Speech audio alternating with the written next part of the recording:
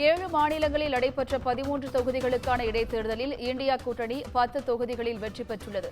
இமாச்சல பிரதேசத்தின் ஹம்ரிபூர் மற்றும் மத்திய பிரதேசத்தின் அமர்வாராவில் பாஜக வெற்றி பெற்றுள்ளது. கூடுதல் விவரங்களை செய்தியாளர் காவ்யா வழங்க கேட்கலாம். வணக்கம் காவ்யா, கூடுதல் விவரங்கள் என்ன பதிவு பண்ணுங்க.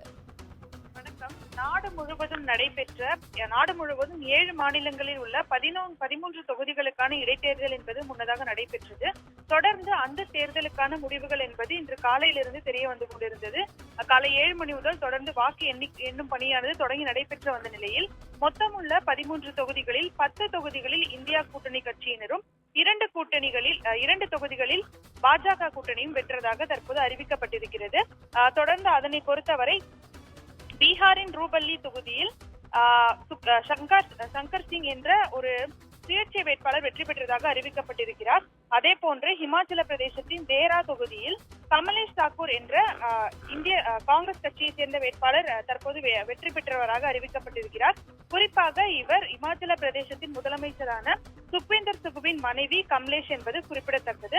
தொடர்ந்து இதேபோல் 10 தொகுதிகளில் காங்கிரஸ் வேட்பாளர் 10 தொகுதிகளில் இந்தியா கூட்டணியின் வேட்பாளர்கள் தற்போது வெற்றி பெற்றதாக அறிவிக்கப்பட்டிருக்கின்றனர்.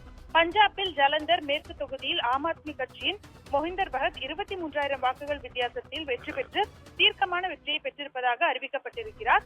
அதாவது இந்தியா கூட்டணியின் ஒரு பகுதியாக இருந்த போதிலும் பஞ்சாபில் மட்டும் தனித்து போட்டியிடுவதாக ஆம் ஆத்மி முன்னதாக அறிவித்திருந்தது. அதன்படி பஞ்சாபில் இந்த தொகுதியை ஆம் ஆத்மி வெற்றி பெற்றிருக்கிறது.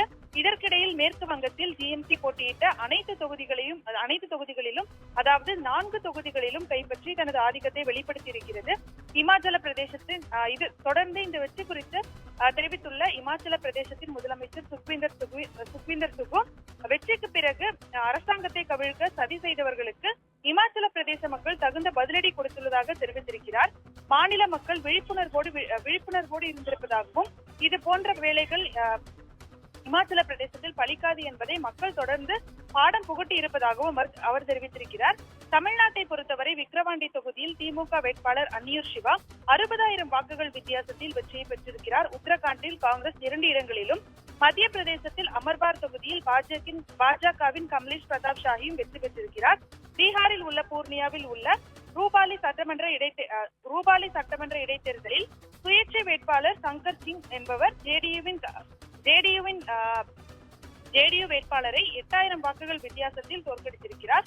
இவ்வாறாக தொடர்ந்து 13 தொகுதிகளில் நடைபெற்ற இடைத்தேர்தலில் 10 தொகுதிகளில் இந்தியா கூட்டணி கட்சியினரும் 2 தொகுதிகளில் பாஜக வேட்பாளர்களும் மீதமுள்ள ஒரு தொகுதியில் சுயேட்சை வேட்பாளரும் வெற்றி பெற்றிருப்பதாக அறிவிக்கப்பட்டிருக்கிறது.